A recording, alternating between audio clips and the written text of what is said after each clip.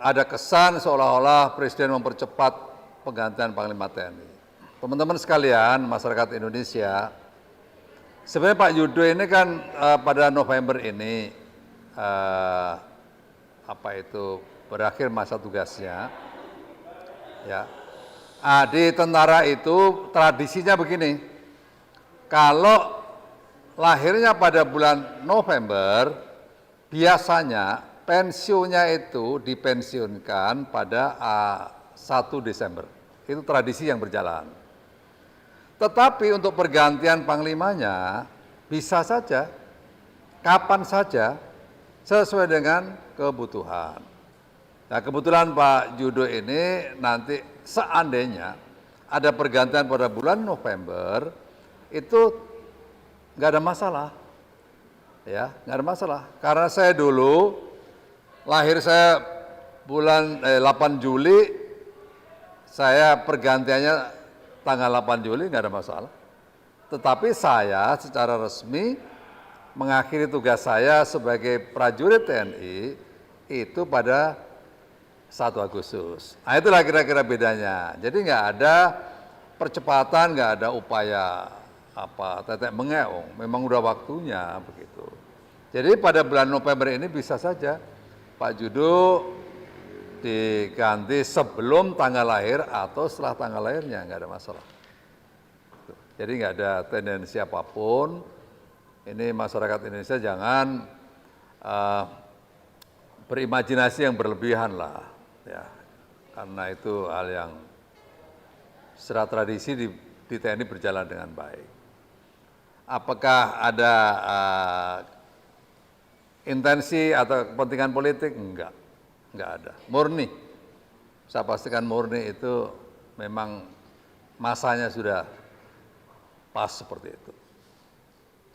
Berikutnya tentang netralitas, teman-teman sekalian. TNI Polri sudah selalu ditekankan tentang netralitas.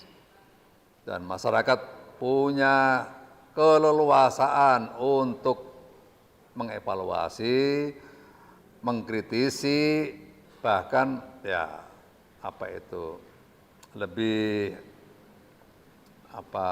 keras lagi mungkin melihat netral atau tidak TNI Polri itu. Nah, saya pikir instrumen untuk pengawasan diserahkan sepenuhnya kepada masyarakat. Berikutnya di jajaran kabinet, ya memang kita lihat kabinet kita adalah kabinet yang warna-warni, tetapi kita pastikan, ya. Yang pertama yang ingin kita pastikan adalah pemerintahan ini harus tetap berjalan secara efektif, tidak boleh kurang di dalam memberikan pelayanan kepada publik.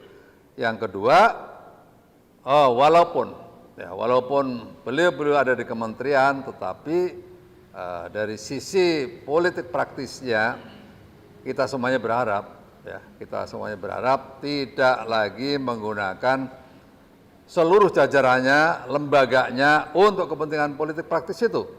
Karena itu sudah jelas diatur dalam undang-undang. Tidak boleh menggunakan sarana prasarana. Ya. TNI Polri juga sama, nggak boleh menggunakan sarana prasarana yang dimiliki untuk kepentingan politik praktis. Itu sudah ada aturannya. Jadi apalagi mempengaruhi bawahannya untuk berpolitik praktis, itu sungguh tidak boleh. Jelas aturannya sudah ada, tinggal kita kuat kontrolnya sebagai sebuah negara demokrasi. Berada di mana kontrolnya? Civil society punya ruang untuk itu. Ya.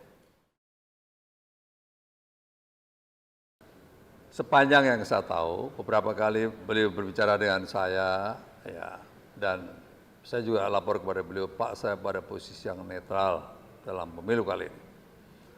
Ya, sama, kita netral. Presiden selalu mengatakan begitu, ya, posisinya seperti itu. Jadi tolonglah ini dipahami secara utuh, ya, karena kalau enggak nanti ya selalu mengartikan bahwa pemerintah atau presiden tidak netral. Tapi yang saya pahami seperti itu, ya.